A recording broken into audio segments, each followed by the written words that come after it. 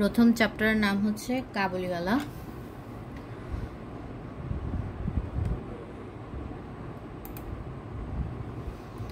আচ্ছা, এটা লিখছে রবীন্দ্রনাথ ঠাকুর। এটা পড়ছিল না তোমরা পুরাটা? আমি জাস্ট মূল ভাবটা বুঝাই দিব, আর হচ্ছে তোমাদের সৃজনশীলটা কিভাবে লিখতে হবে বুঝে সেটা বলে দিব। এখান থেকে তোমাদের কি কি আসবে? এমসিকিউ আর কি? এমসিকিউ, সংক্ষিপ্ত উত্তর, বর্গ। আচ্ছা, সৃজনশীল আসবে না? আচ্ছা, ওই বইয়ের সৃজনশীলগুলো না? আচ্ছা, শব্দার্থগুলোও দেখবা, কারণ ওখান থেকে এমসিকিউ আসে। আচ্ছা, এটার পাঠ পরিচিতিতে কি বলছে দেখো। ভিন্ন সংস্কৃতিতে বেড়ে উঠলেও মানুষের সুখ দুঃখের, আনন্দ ভালোবাসার অনুভূতি অনেকাংশে এক। কাবুলিওয়ালা গল্পে রবীন্দ্রনাথ ঠাকুর আফগানিস্তানের মরু পর্বতের রুক্ষ প্রকৃতিতে গড়ে ওঠা একজন পিতা এবং নাতিশীতোষ্ণ আবহাওয়ায় একজন বাঙালি পিতার ভেতরের স্নেহপ্রবণ মনের ঐক্য সম্পর্কে ধারণা দিয়েছেন। অর্থাৎ একটা আফগানিস্তানের একটা মরু পর্বতে যে রুক্ষ, মানে অনেক কি রুক্ষ পরিবেশে থেকে যে একজন পিতার জীবনটা, এবং একটা নাতিশীতোষ্ণ আবহাওয়া থেকে আরেকটা বাঙালি পিতার কি মনের যে মিল, ওইটার ধারণাটাই কি মূলত এই কাবুলিওয়ালা গল্পে রবীন্দ্রনাথ ঠাকুর দিয়েছেন। হ্যাঁ, দেশকালের সীমারেখা পিতৃহৃদয়ের স্বাভাবিক প্রবণতায় কোনো প্রভাব বিস্তার করে না। যে দেশের, যে সময়ের বা যে সংস্কৃতির মানুষই হোক না কেন, পিতা সবসময় তার সন্তানকে একই রকম ভালোবাসেন। সন্তানের মঙ্গল চিন্তা সব পিতারই সহজাত আকাঙ্ক্ষা। কাবুলিওয়ালা গল্পে রবীন্দ্রনাথ ঠাকুর বিশ্বের সকল পিতার পিতৃত্বের সর্বজনীন চিরন্তন রূপ উন্মোচন করেছেন। আচ্ছা, তাহলে কাবুলিওয়ালা গল্পে মূলত কি বুঝিয়েছেন কবি? মূলত এটাই বুঝাইছেন যে মানে বিশ্বের যেখানেই কোনো পিতা থাকুক না কেন, সে তার কি সন্তানের জন্য একই রকম ভালোবাসা দেখাবেন। অর্থাৎ ধরো কারো পিতা কি আমেরিকাতে থাকে, তাহলে আমেরিকাতে তুমিও থাকো। ধরো তুমি এবং তোমার বাবা আমেরিকাতে থাকো, তাহলে তোমার বাবা তোমাকে যেমন ভালোবাসবে, ধরো আরেকজন কোথায় থাকে, আরেকজন ধরো থাকে অস্ট্রেলিয়াতে, হ্যাঁ, তাহলে সেও তার বাবার সাথে থাকে, তাহলে তার বাবাও কি তাকে সেরকমই ভালোবাসেন। বুঝছো? অর্থাৎ সব পিতারই কি একই ভাবনা। তাহলে কি এখানে এটাই বুঝাইছে যে যে যেমন পরিবেশে বেড়ে উঠুক না কেন, তার সন্তানের জন্য সব পিতারই কি একই রকম ভাবনা থাকবে, একই রকম ভালোবাসা থাকবে। যে যেরকম মানুষ হোক না কেন, কেউ হিন্দু থাকে, কেউ বৌদ্ধ থাকে, কেউ খ্রিস্টান থাকে, কেউ আমেরিকান থাকে, কেউ বাংলাদেশি থাকে, যে যেমন ধর্মের বা যেমন সংস্কৃতিতেই থাকুক না কেন, সব পিতারাই তার সব সন্তানের জন্য একই রকম ভালোবাসা তার থাকে। এটাই হচ্ছে কি কাবুলিওয়ালা গল্পের মূল উদ্দেশ্য। ঠিক আছে? অর্থাৎ কি মানে সকল পিতার যে একটা চিন্তা ভাবনা বা একটা চিরন্তন সত্য রূপ, সেটাই এখানে প্রকাশ পাইছে। যে কি সব পিতা, যেখানকার পিতাই হোক না কেন, যেখানকার মানুষ হোক না কেন, সে তার সন্তানকে ভালোবাসবেই। আচ্ছা, এরপর হচ্ছে লেখক পরিচিতিটা পড়বা। এখান থেকে এমসিকিউ আসে। তোমাদের জন্মসাল, মৃত্যুসাল এগুলো এত কিছু মনে রাখার দরকার নেই, কারণ এগুলো হচ্ছে এতগুলা মনে রাখতেও পারবা না। হ্যাঁ,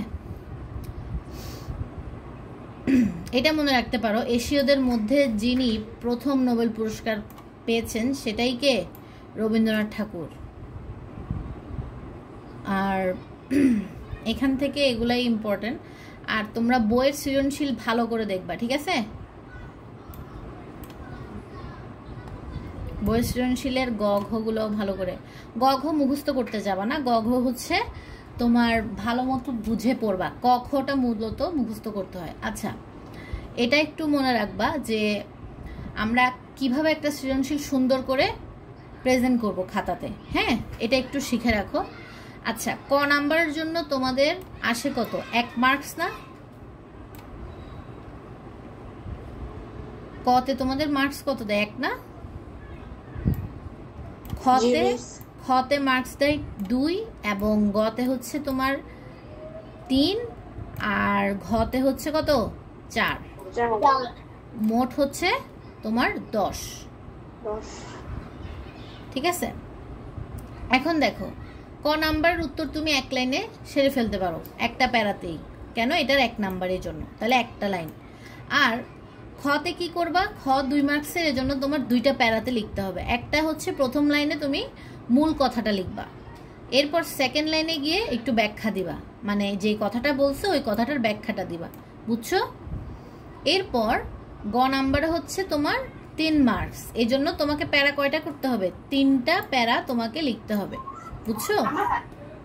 প্রথম প্যারাতে কি লিখবা, প্রথম প্যারাতে মূলত যে দিকটা প্রকাশ পাইছে কাবুলিওয়ালা গল্পের ওই দিকটা তুমি লিখবা। ধরো প্রথম লাইনে মূল কথাটা লিখলা, এরপর সেকেন্ড লাইনে গিয়ে কি লিখবা, সেকেন্ড লাইনে গিয়ে যেটা লিখবা সেটা হচ্ছে ধরো আমরা কাবুলিওয়ালা গল্পে কি দেখছি, কাবুলিওয়ালা গল্পে দেখছি পিতার ভালোবাসা, তার সন্তানের জন্য পিতার ভালোবাসাটা দেখছি। হ্যাঁ, ওই সম্বন্ধে কিছু বানায় তোমরা লিখে দিবা। অর্থাৎ কি, সব ভিন্ন সংস্কৃতি হওয়ার পরেও সকল পিতাই তার সন্তানকে কি ভালোবাসেন। হ্যাঁ, সবার জন্যই কি একই রকম ভালোবাসা তারা প্রকাশ করেন। এই সব কিছু বানাই তোমরা লিখবা, একদম যে বইয়ের মতো হুবহু হতে হবে ওটার দরকার নেই, নিজেদের মতো বানাই লিখতে পারবা। আচ্ছা, এটা হচ্ছে সেকেন্ড প্যারার কথা। এরপর থার্ড প্যারাতে গিয়ে কি লিখবা, থার্ড প্যারাতে গিয়ে লিখবা যে উদ্দীপকের সঙ্গে কাবুলিওয়ালা গল্পের কোথায় কোথায় মিল আছে, ওই লেখাগুলো লিখেই তুমি কি গ নাম্বার শেষ করে দিতে পারবা, বুঝছো? এরপর হচ্ছে 4 নাম্বারে অর্থাৎ ঘ নাম্বারে মার্কস কত, 4 না?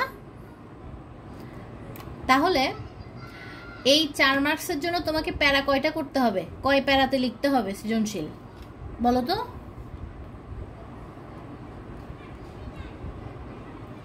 1 মার্কসের জন্য একটা প্যারা, 2 মার্কসের জন্য 2টা প্যারাই লিখবা। প্যারা মানে বুঝতেছো কি বলছি আমি?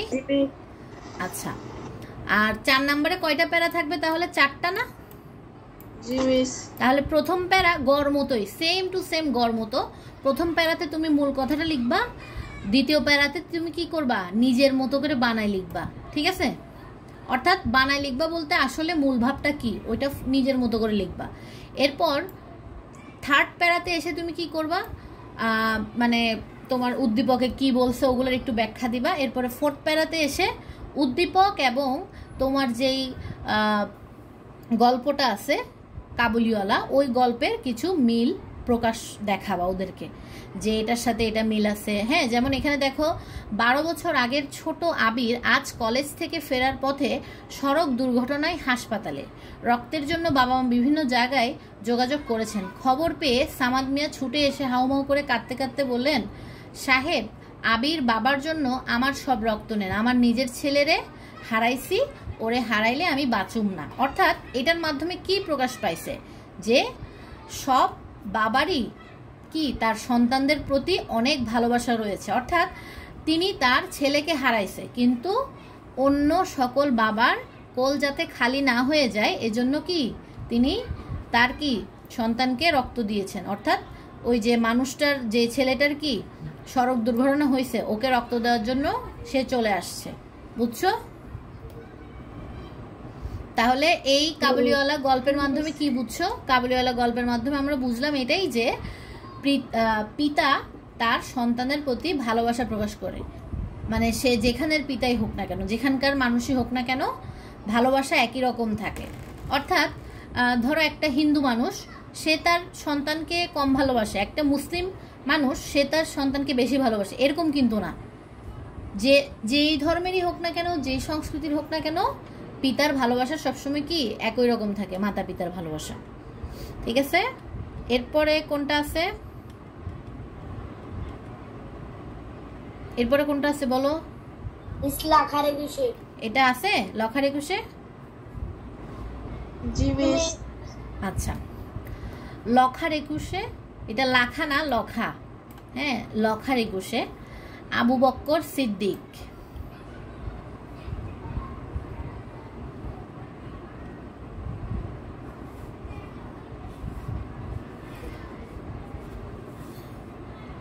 আচ্ছা, আবু বকর সিদ্দিক সম্পর্কে, মানে আবু বকর সিদ্দিক না, মানে লখা সম্পর্কে আমরা মূলত পড়বো, এটা সম্পর্কেই লিখছে। গল্পটিতে 21শে ফেব্রুয়ারির অবিনাশী প্রভাবের কথা বলা হয়েছে। অর্থাৎ 21শে ফেব্রুয়ারি আমাদের কি হয়েছিল বলো তো?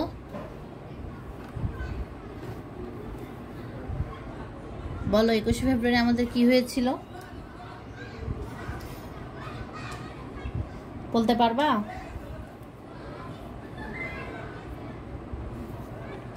একুশে ফেব্রুয়ারি কি হয়েছিল কেউ জানো না?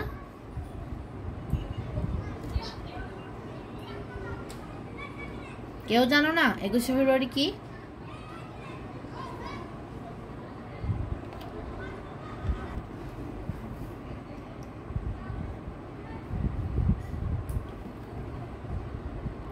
একুশে ফেব্রুয়ারি আমাদের ভাষা আন্দোলন।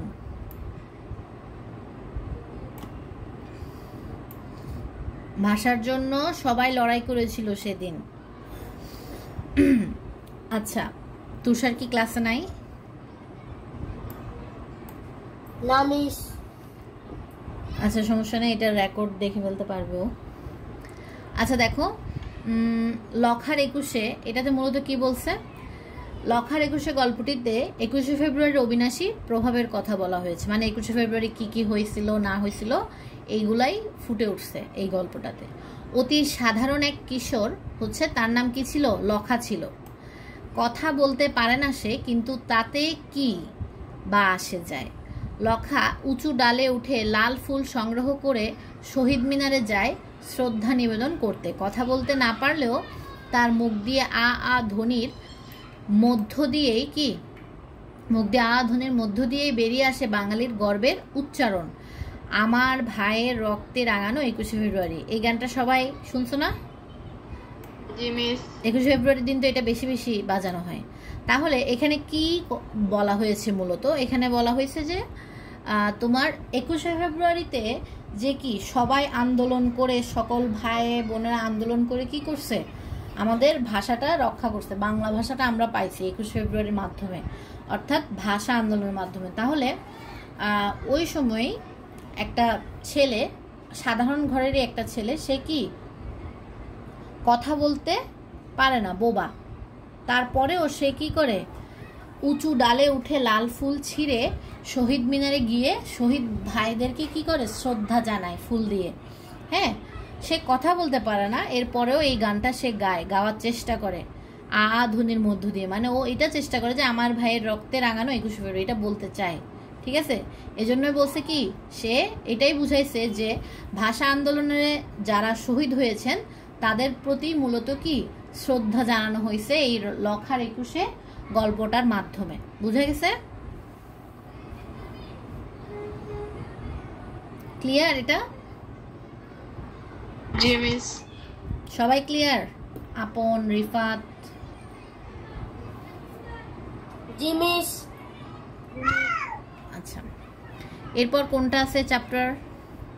মরুভাস্কর। মরুভাস্কর। আচ্ছা, মরুভাস্করটা কে লিখছে? হবিবুল্লাহ বাহার।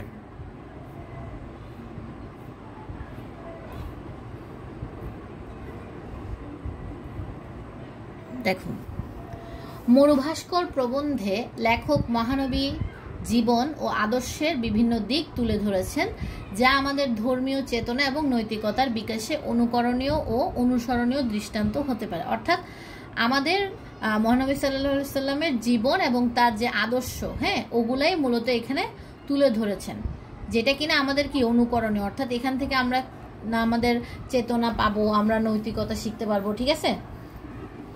জি মিস। এরপর দেখো, হযরত মুহাম্মদ সাল্লাল্লাহু আলাইহি ওয়াসাল্লাম ছিলেন সেই মহাপুরুষদের মধ্যে একজন যিনি চরিত্রবান, মানব প্রেমে, জীব প্রেমে মহীয়ান। তিনি কি চরিত্রবান ছিলেন এবং মানব প্রেম অর্থাৎ সবাইকে সহযোগিতা করতেন, সব মানুষকে তিনি কি সহযোগিতা করতেন, সবার বিপদে এগিয়ে যেতেন। এবং জীব প্রেম অর্থাৎ পশু পাখিদেরকেও তিনি কি ভালোবাসতেন। বিপদে ধৈর্যশীলতা, দারিদ্র্যে অঞ্চলতা, শত্রুর প্রতি ক্ষমাশীলতা, অর্থাৎ তিনি শত্রুকে ক্ষমা করে দিতেন। ঠিক আছে, এগুলো তার মহৎ গুণ। এরপর দেখো অনেক মহাপুরুষের জীবন প্রকৃত তথ্যের চেয়ে কাল্পনিক নানা তথ্যে ভরা, কিন্তু মহানবী সাল্লাল্লাহু আলাইহি সাল্লামের জীবনে যত তথ্য পাওয়া যায় সবই কি সত্য। ঠিক আছে, মানে কি আমরা অনেকের মুখে অনেকের কথা শুনি না যে এ করে ফেলছে, এটা অনেক বড় কাজ করে ফেলছে, কিন্তু কিছু কিছু ক্ষেত্রে দেখা যায় এগুলো মিথ্যা হয়। ঠিক আছে, কিন্তু আমাদের মহানবী যেসব কাজ করে গেছেন সেগুলো সবই কি সত্য ঘটনা। এরপর দেখো আল্লাহর মহান নবী হওয়া সত্ত্বেও হজরত মুহাম্মদ সাল্লাল্লাহু আলাইহি ওয়াসাল্লাম ছিলেন একজন সাধারণ মানুষের মতোই। তিনি কি সাধারণ মানুষের মতোই চলাফেরা করতেন, বুঝছো? তিনি সবসময় সহজ সরল জীবনযাপন করতেন। তার চরিত্রে মিশেছিল হাসি খুশি ভাব, কোমলতা ও কঠোরতা। আপন বিশ্বাসে সত্যের জন্য তিনি সংগ্রাম করে গেছেন। ঠিক আছে, অর্থাৎ এখানে মহানবী সাল্লাল্লাহু আলাইহি সাল্লাম কেমন ছিলেন, জীবনের আদর্শগুলো, এগুলাই মূলত কি লেখা হয়েছে। তারপরে তিনি কি মানুষে মানুষে ভেদাভেদ করতেন না, তিনি সবাইকে একসঙ্গে বসবাস করে হাসি খুশি থাকতে বলতেন। ঠিক আছে, তারপরে হচ্ছে নারীর অবস্থার পরিবর্তন, নারীর যে মর্যাদা প্রতিষ্ঠা, এগুলা সম্পর্কে তিনি বলে গেছেন। আচ্ছা, এগুলাই মূলত। তারপরে তিনি কখনো কুসংস্কারে বিশ্বাস করতেন না। ঠিক আছে, তিনি সবসময় সত্যের জয়গান গেতেন। এটাই যে মুসলিম সমাজে জ্ঞান বিজ্ঞান চর্চায় এগিয়ে যেতেন তিনি। ঠিক আছে, সবাইকেই কি করত, তিনি ভালো হওয়ার জন্য কি উপদেশ দিত, আল্লাহর পথে চলার জন্য এবং ভালোভাবে চলার জন্য, তিনি জীবন পরিচালনা করার জন্য তিনি সবাইকেই বলতেন। তাহলে এখানে আমাদের তিনি ছিলেন অত্যন্ত উদার ও সহিংস। হ্যাঁ, অর্থাৎ তিনি কোনো ধর্মকে ছোট করে দেখতেন না। তিনি যে ইসলাম ধর্মের সেটা ঠিক আছে, কিন্তু কখনো কোনো অন্য ধর্মকে কি তিনি কখনো ছোট করে দেখতো না, সব ধর্মকেই তিনি সম্মান জানাতো। আচ্ছা, তাহলে মূলত এখানে মহানবী সাল্লাল্লাহু আলাইহি সাল্লাম সম্পর্কেই বলা হয়েছে। এরপরে এটা আছে, শব্দ থেকে কবিতা আছে। আচ্ছা, এরপরে তো আর গদ্য না, এরপরে পদ্য। এটা অনেক বড়।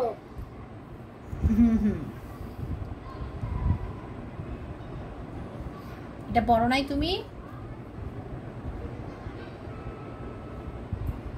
অল্প পড়ছি, এখনো 2 দিন টাইম আছে, পড়ে ফেলতে পারবা।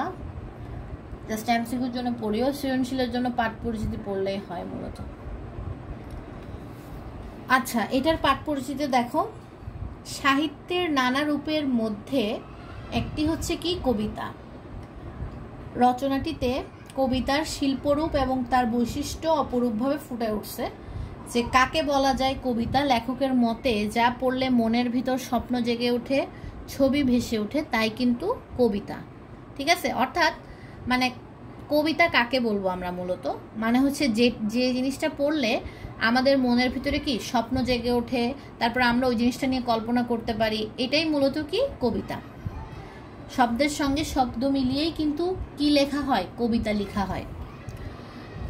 এরপর দেখো, কেবল কবিরাই লিখতে পারেন কবিতা, কেননা কবিরাই স্বপ্ন দেখতে পারেন, তারাই পারেন স্বপ্নের ছবি আঁকতে। যেমন সাধারণ মানুষ কিন্তু চাইলেই কবিতা লিখতে পারে না। কেন? কারণ আমরা তো আর কবিদের মতো করে ভাবতে পারি না। ওরা যেরকম স্বপ্ন নিয়ে কবিতা লিখতে পারে, তারপরে হচ্ছে ওরা বিভিন্ন ধরনের আকাঙ্ক্ষা নিয়ে, হ্যাঁ, স্বপ্ন দেখে দেখে কবিতা লিখে, কিন্তু আমরা তো ওরকম সাধারণ মানুষরা আমরা পারি না। এই জন্যই লেখা হয়েছে যে মূলত কবিরাই কিন্তু কবিতা লিখতে পারেন। নতুন ছবি, নতুন ভাব কেবল কবিদের চেতনায় খেলা করে বলেই তারা লিখতে পারেন, কারণ তারা অনেক কিছু নিয়ে ভাবেন, আমরা কিন্তু এত কিছু নিয়ে ভাবি না। তারা প্রকৃতি, তারপর হচ্ছে নতুন নতুন ভাবনা, এগুলো নিয়ে কি ভাবতে থাকে। কবি লিখতে, হ্যাঁ, স্বপ্ন নিয়ে, তাদের মনে অনেক স্বপ্ন, আমাদের এত কিছু ভাবার তো টাইম হয় না, তো এই জন্য আমরা কি লিখতে পারি না। এরপর দেখো, কবিতা লিখতে হলে শব্দের রূপ, রং, গন্ধ, বর্ণ, সুর ও ছন্দ চিনতে হয়, জানতে হয়। অর্থাৎ একটা কবিতা লেখার জন্য আমাদের একটা শব্দকে খুব ভালোভাবে জানতে হয়, কোনটার পর কোন শব্দ বসালে কেমন সুন্দর হতে পারে লেখাটা, সেগুলো একমাত্র কবিরাই বুঝতে পারে। কবিরা চেনেন এবং জানেন শব্দের এসব মায়াবী রূপ, হ্যাঁ, এগুলো কবিরা চিনে, তাই তারা লিখতে পারেন কবিতা। অনেক বিষয় নিয়েই কবিতা লেখা যায়, তবে কবিতা লেখার জন্য প্রথমেই প্রয়োজন স্বপ্ন। যিনি স্বপ্ন দেখতে জানেন না তিনি লিখতে পারেন না কবিতা। তাহলে স্বপ্ন দেখতে না জানলে কি লিখতে পারবে না কবিতা।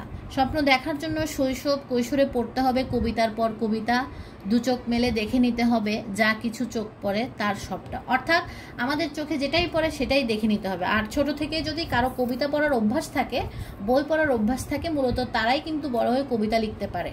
যাদের কবিতা পড়ার প্রতি অনেক আগ্রহ থাকে তারাই মূলত লাস্টে গিয়ে কি হয়, কবি হতে পারে। কারণ কি তাদেরও সব কিছু নিয়ে স্বপ্ন দেখার একটা আকাঙ্ক্ষা থাকে, স্বপ্ন দেখতে থাকে, নতুন নতুন ভাবনা সৃষ্টি হতে থাকে তাদের মধ্যে। অর্থাৎ কবিতা লেখার জন্য চাই অভিজ্ঞতার প্রয়োজন হয়। কারণ কেউ যদি ছোট থেকে কবিতা পড়ে আসে তাহলে সে অবশ্যই বুঝবে যে একটা কবিতা লিখতে হলে কি কি প্রয়োজন হবে।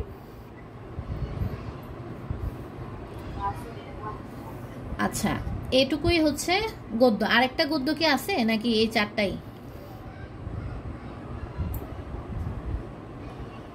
গদ্য তো মনে হয় আর নাই। এরপর পদ্য না তোমাদের? জিনিস। আচ্ছা, গদ্য কি শেষ? জিনিস। আচ্ছা, পদ্য কত পেজ নাম্বারটা একটু বলো তো পদ্যটা।